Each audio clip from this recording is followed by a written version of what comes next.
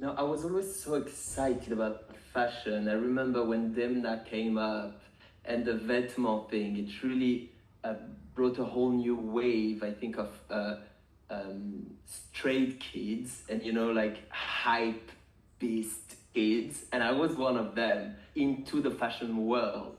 And it was a way for them to feel included. Fashion was not just for the gays and the girls. It was like you could wear a hoodie and a hoodie was fashion.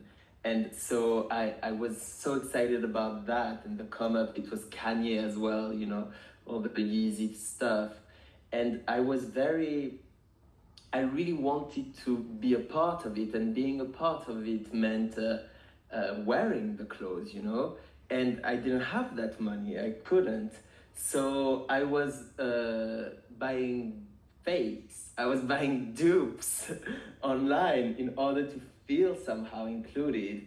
And the moment I got enough money, I saved enough money to buy the real thing, I would, So it was fun. I had like the same thing, the fake one and the real one in my closet. And I thought that was a way for me to feel included. Well, give me an example of like, what was it? You took a vêtement or what kind of thing? Yeah, vêtement. I had a fake vêtement hoodie, and then the moment I saved enough money from like working like ridiculous jobs, I was working at Hollister. I was like a sales guy at Hollister before I got eventually fired. But I was saving money in order to buy the real vêtement hoodie that I really wanted on Grailed. And yeah, so I had the fake vêtement hoodie and then the real one, and both of them had a special place in my heart and in my closet. When fashion got inspired by pop culture, so even like Jerry Scott, his first collection at Moschino, the McDonald's collection, was really, it really spoke to me because I could understand it, I understood the reference. I understood where it was like taking from. And so Demna after came along and also did that. He reinterpreted the codes that we saw on the streets and made it high fashion. And that is my first introduction to fashion. Chanel wasn't. I think Chanel was, for me, this elitist idea of fashion. And I thought fashion was about the streets. It's a communication. It's a dialogue between the streets and the, I don't know, the industry.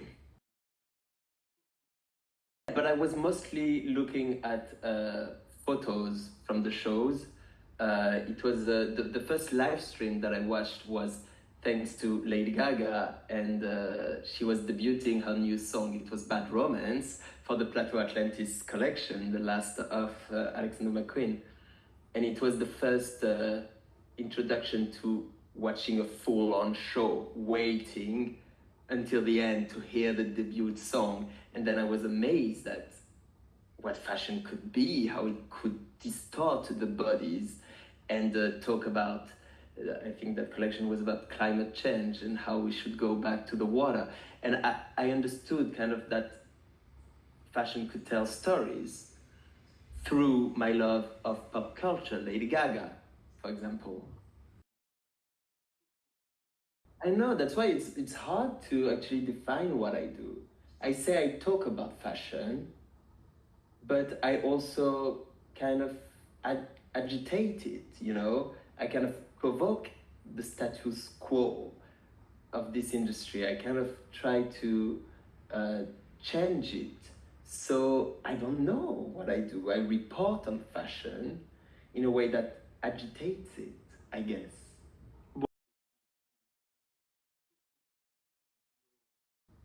I don't know, I've always been very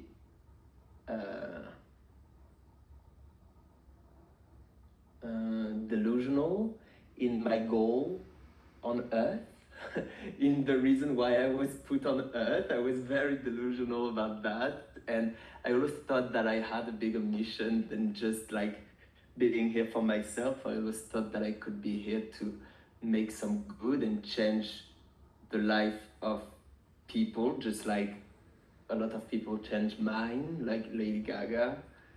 So I took on that mission of like trying to break open the doors of this industry.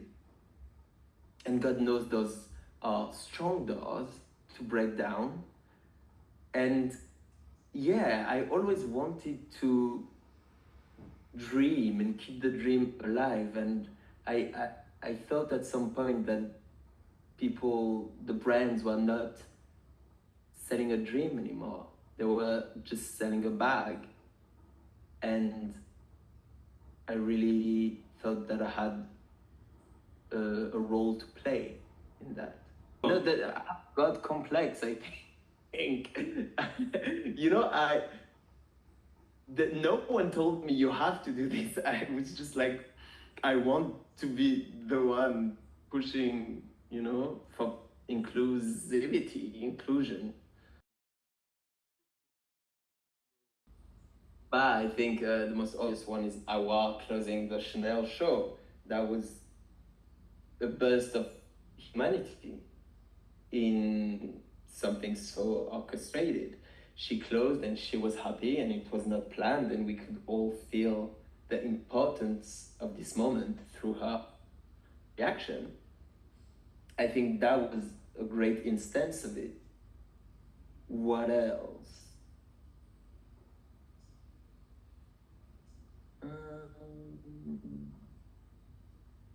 I can't think of any other moment right now. I know Jonathan Anderson, last time I saw him, he was like, "You're a mean, mean boy." He was saying that jokingly, but I'm like, am I? Or am I just right? And no one else is, or am I just honest and everyone else is too scared of being honest? I don't know. Do you think that? But I think it comes from a set of values that you've been taught while growing up. I think my parents and my upbringing was very respectful.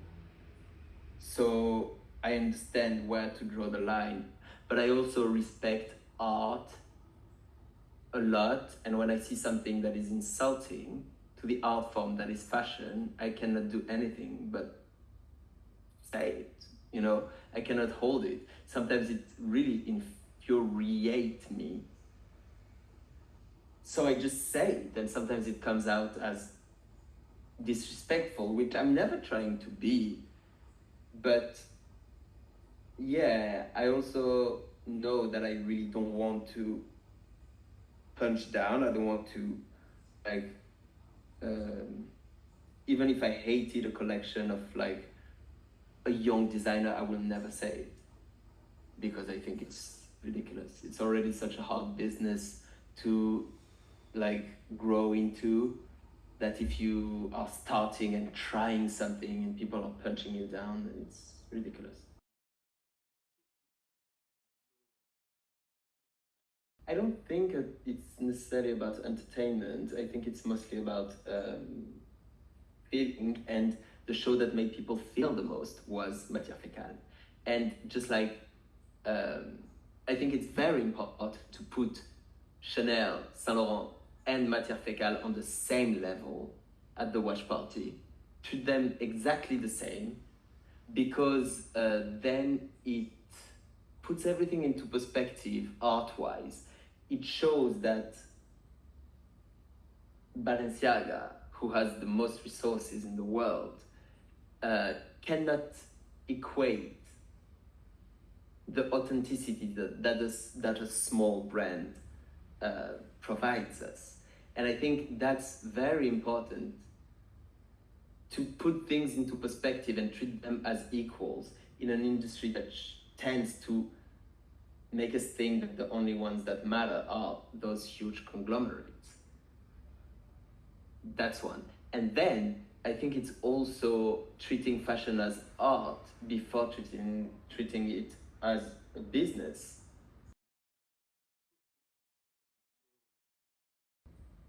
Well, people were shocked. People were shocked, and so was I. But I think that's good. I love shock. I love provocation. And you know that Duran said that his show was not political, which I think is a lie.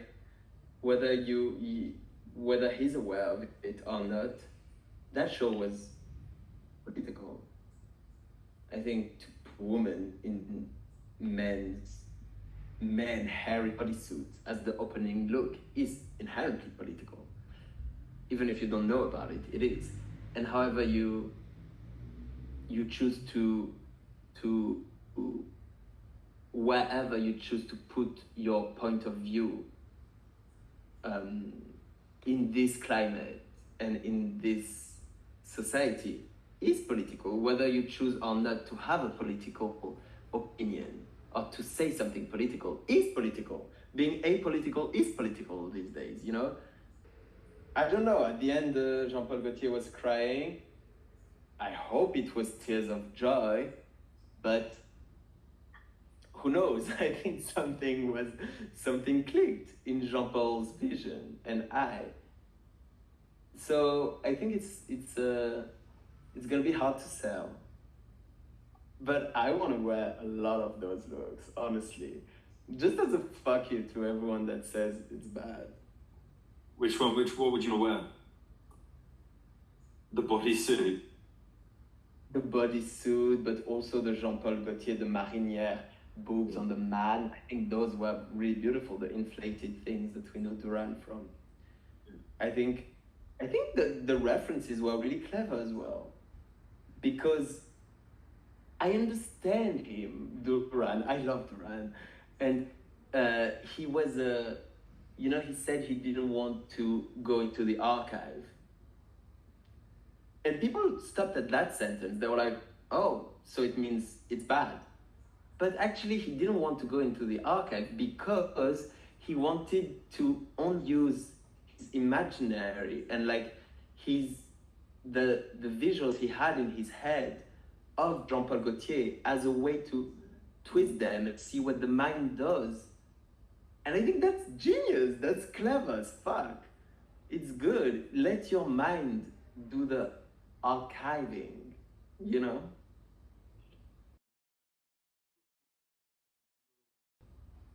So I had been working on like a week on getting Chanel to give away, to be okay to give away my invite to the owner of the bar that hosted the first watch party we did in June.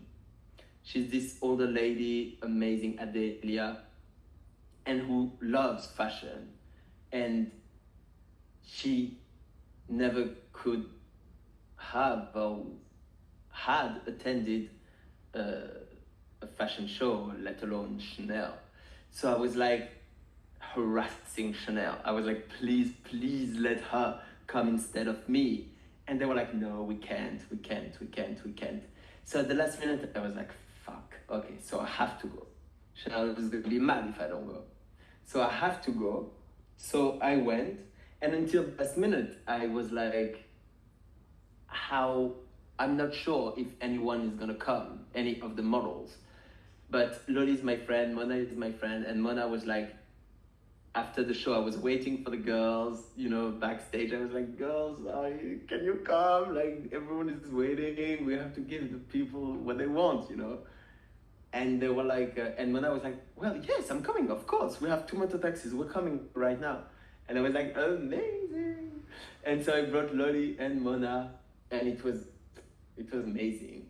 I remember when we arrived in the moto, because also everything is live streamed, the moto. We have a cameraman like filming as we go on the moto taxi, which is amazing. It makes the event feel so grand. And I really cared about that. And it's so much fucking money to have the cameraman and the antenna to cut. It's so much money. It's crazy. But anyways, we arrived there. The moto taxi, we all arrived at the same time. We were not together on the way. It was so beautiful. And we arrived at the same time. We get out the motos, and we hear the audience, the guests, screaming, and we hear this scream coming out of La Caserne. And I went to Mona tells me, what the fuck is that? I was like, babe, it's history. And we enter the crowd and the burst of, it's amazing, really. The feeling was like, it's crazy to enter this, and at the same time we're on the screen, filmed on the screen. And then, you know, they just walked like 15 minutes before the show that everyone watched. So it's so good to like kind of join these two worlds together, the inside and the outside. It blurs the lines. And I love that. And I think both of them were amazed. I can tell you that I'm trying. We're already like scouting places because it needs to be somewhere else. I think the big MacBook is gonna return. I think it's done. It's in the archive. And I can tell you that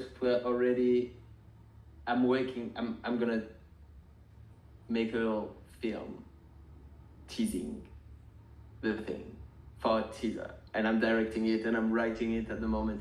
And it's gonna cost so much money, so I'm trying to find a sponsor that can pay for that film on top of the watch party and on top of the I don't know what. Okay, so it's gonna be two different things. There's gonna be the men and couture, and then there's gonna be March. March is gonna be even bigger. But right now I'm working on men's and couture. I think it would be amazing to do it like in Texas or in Algeria, where I'm from, you know. It would be amazing. But realistically speaking, I think we should focus right now on this and then expand, of course. But right now we're focusing on the main fashion cities.